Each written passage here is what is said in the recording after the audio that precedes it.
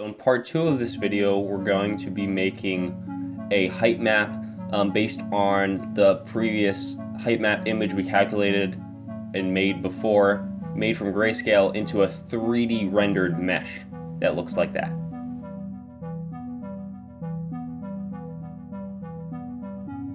The first step for making this program is to open the processing software. And once that's open, we can begin making the 3D mesh.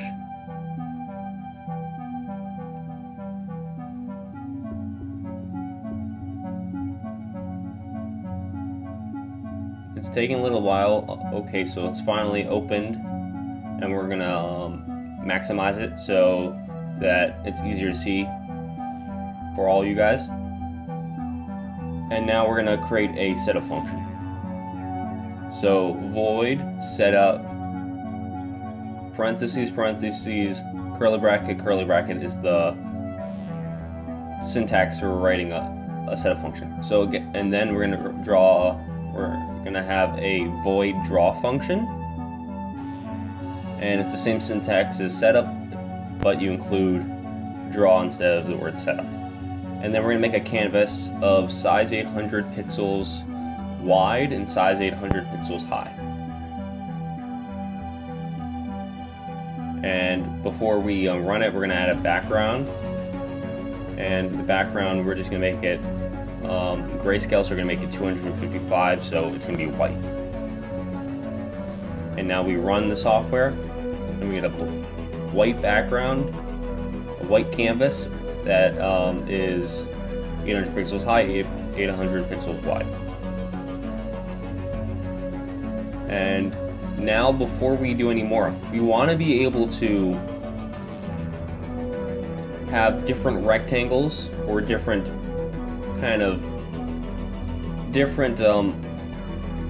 resolutions of how 3D and how many meshes, plates there are, kind of rectangles or triangles in the mesh. And to do that, we're going to add the scale function like we did in our previous tutorial on the subject. And we're going to add, we're going to declare scale, and we're going to declare columns and rows. And these will also be helpful in our nested loops. So now we're initializing columns. So again, columns is height divided by scale.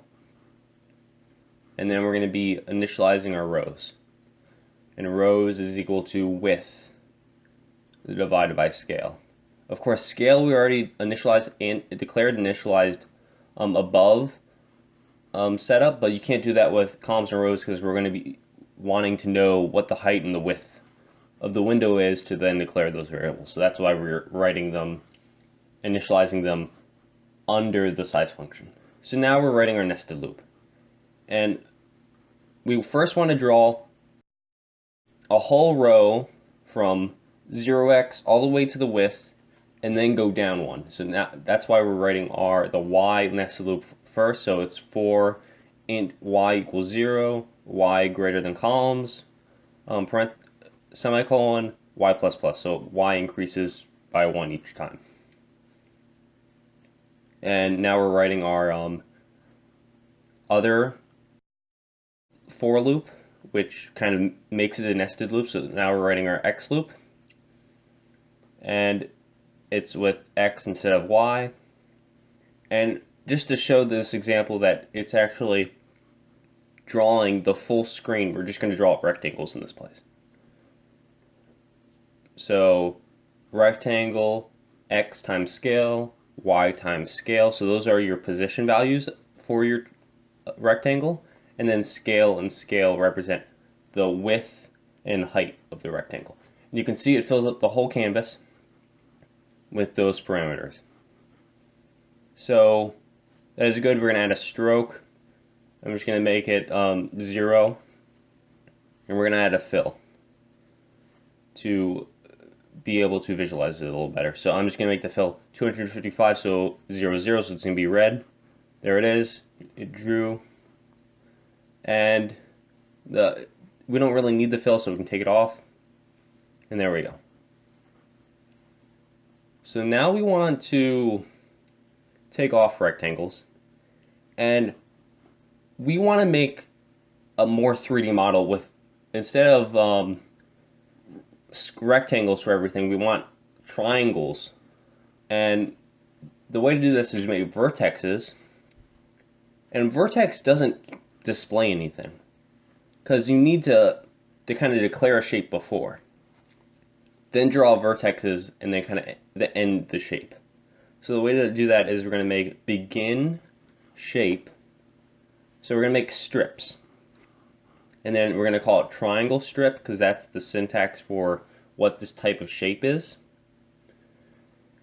And we're going to have to, we began the shape, we show how many vertexes are in it, but now we're going to end shape. And end shape is just end shape, parentheses, parentheses, semicolon. That's the syntax. So here you just have rows, and that's because it's drawing just across the x-axis. And it's just drawing vertexes in a kind of straight line, and then it's just connecting them all, so it looks like a straight line. So there's nothing really interesting about it. But what we could do is add add another vertex underneath that. That's y plus 1. So it's vertex same x. So it's going to be x times scale. But the y is going to be changed. So it's going to be y plus 1 times scale. And then when we run this, you can see it goes up then down for 0, and it keeps going, and it makes a kind of pattern that uses tries, so it's really easy to make a 3D mesh with this. And now that this is running, I also want to show it's making it 100 pixels high, 100 pixels wide for every rectangle, and it's making triangles within those rectangles based on the vertex points we just drew.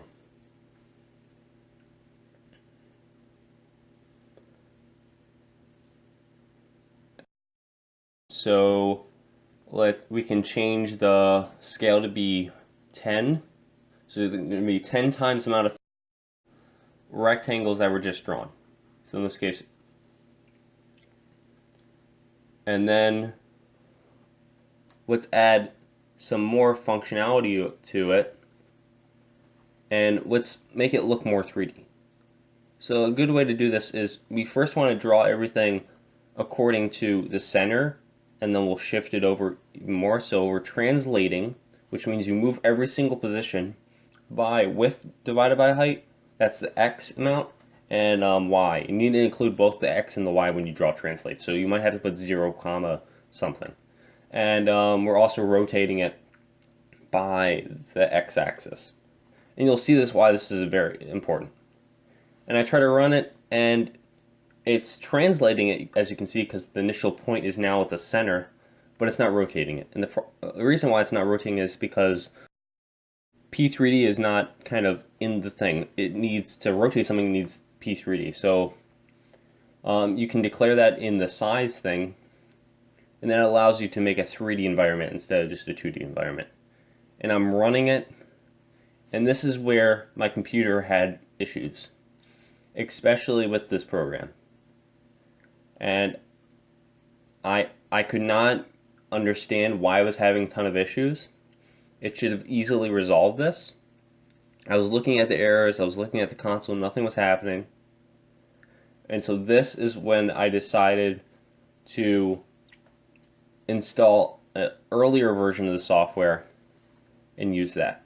But first off, let's go over a little bit more about what is going to occur in this code. So this is the canvas window that's displayed in this rectangle. And for kind of very simplistic code, if you didn't define anything, if you didn't draw any rectangles, you're just going to get a generic canvas with like a light gray background. And let's say we draw all the rectangles. So but without a stroke weight. All the rectangles are all what we actually want to draw, which are triangle strips. So they start from the x0 and they go all the way across, and then it goes down by 1 and it keeps going all the way across, and it draws that for the whole entire screen. The problem becomes is it doesn't look 3D, and not at all. So what you want to do to make it look more like a terrain, more like an environment that someone's actually standing on and kind of looking over, is you want to rotate it. And if we look at this kind of coordinates of what's the y, so the y goes going from bottom to top, or top to bottom, and then you have x that's going left to right, right to left. And the y, rotating in the y would not help us, because that would actually make it look like it's a wall. What we actually want to do is rotate it across the x-axis, and this allows us to look at it like a plane that was flipped. And this is, you're able to do this with the rotate x function. Then, to make it 3D, and kind of what we're actually doing is you take your image and you look at the pixels of it. And it could be every single pixel, it could be every other, it could be every like 10, 20 pixels, depending on the scale that we put in. We had the scale as 100, so we would look at every 100 pixels and just look at that pixel at pixel 101.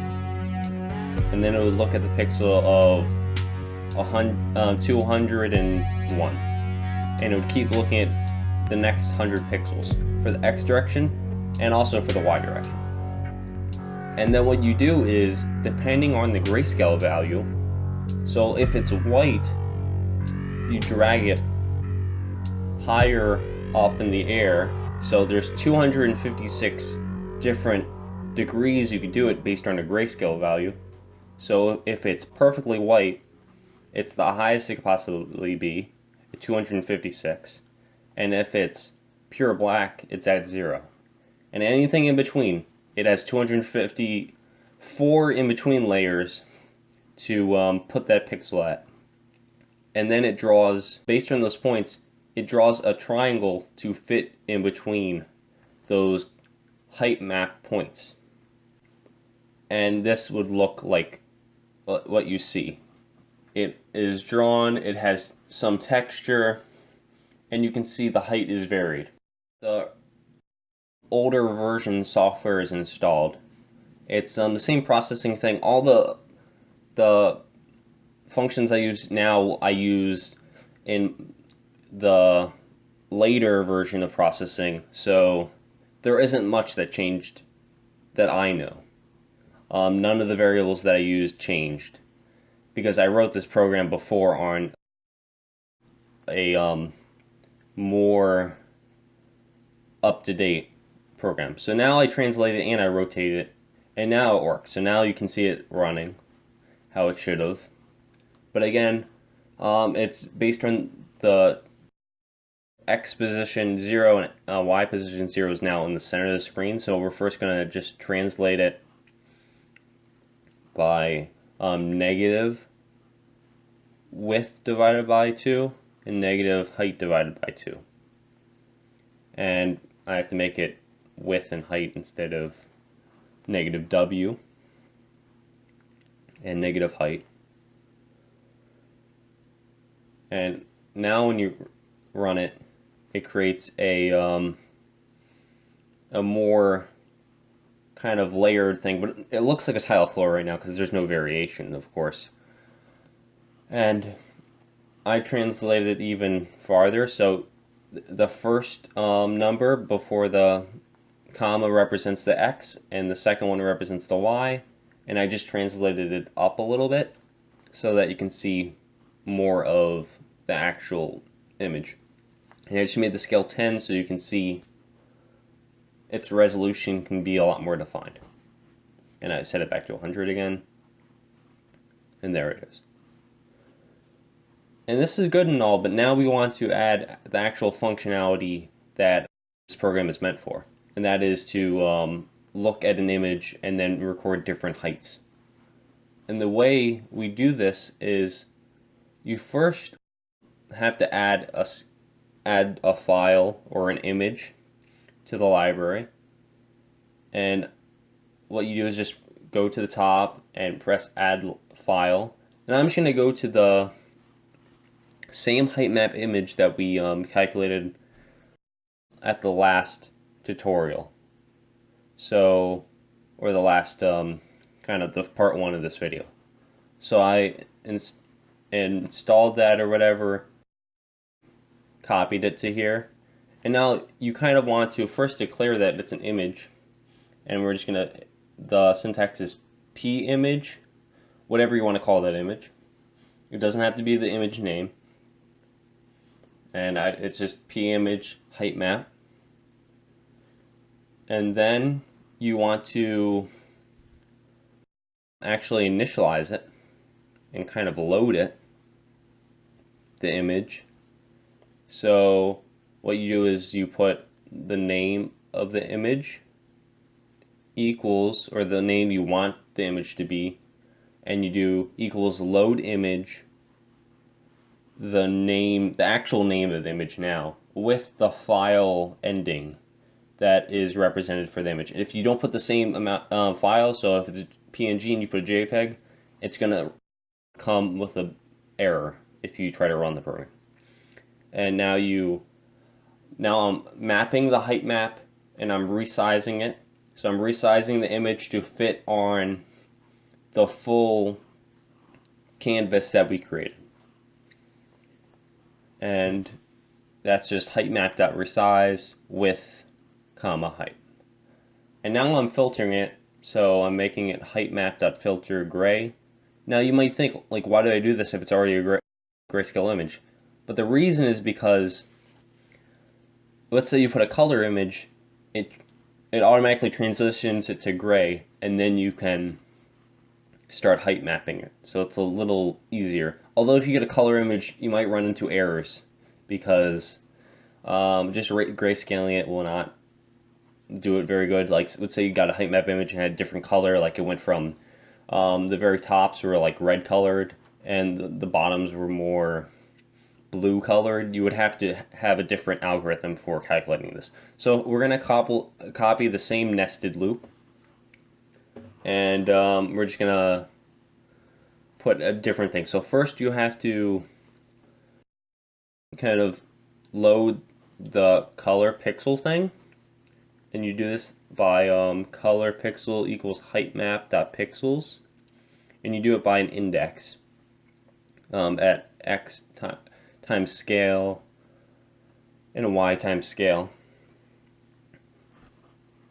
And what this does, and I didn't really kind of understand what this did at first. I actually watched another tutorial that kind of helped me explain this about dithering that was made by Daniel Stiffman, but you guys should check it out. But the formula he came up with was an index int x int y return x plus y times the height of the width of the image. And I don't know why this works. Go check out his videos about it, but that's what I used in this, and it helps you go, because all the pixels are stored in a one-dimensional array, and you want them stored in like a two-dimensional array for x and y. That's kind of my reasoning for writing it. So then I just asked, like, create a new variable called old g equals red pixel. So it's just looking at the red pixel, which all RGB, so all red, green, and blue, based on a grayscale image, are going to be the same. So you can just choose one of them. You can make it blue, you can make it red, it doesn't matter. And terrain x, y equals map old g 0, 255, negative 50, 50. What that is doing is it's taking a it's mapping, it's taking the color, and again, what map does is the color goes from 0 to 255, but we want the height to be not 255 high and negative 255, so we're making it a different value. And we're making a two-dimensional array of rows and columns.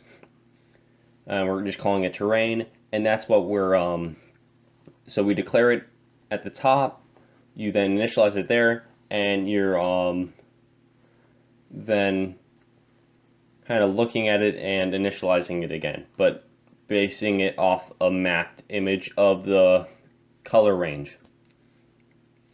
And now we're going to add is, instead of nothing being shown there, so we had X and Y, but actually with P3D you can have an X or another dimension. So what we're going to do is make it terrain X and Y and terrain X Y plus 1, just like the vertex is Y plus 1. You also make it Y plus 1. And I forgot to put a semicolon. And here you can see there's an error, an out of bounds error. The problem with that is because when we're drawing all these Y plus 1s in the thing to actually make like triangles being drawn, it can't draw more than how many Y's there are, so you have to do columns minus 1. And then when you run it, you get a varied image, and it's the flip kind of flat image, but just being pushed up and down a little bit by the different things. And you can change the scale to 10, make it a lot more defined, and you can see it looks good. And what we're going to do is change it to look even more kind of realistic, without just like a mesh kind of over it. And what we're going to do is just make it a kind of gray color at filling it 150. We're taking off the stroke, and the stroke's totally not off because the kind of, if you don't initialize the stroke, it's just going to do a stroke of 0 by default. So you have to take off stroke and just make it no stroke.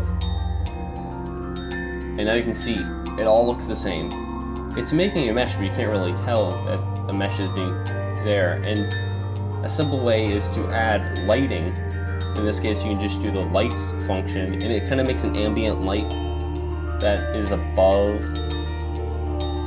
the canvas. And now you can see it kind of looks at the light at different ways and different angles and makes it look a lot more realistic. And we can make it 5 to make it even look more defined. And there you can see it's working. We'll even make it 1.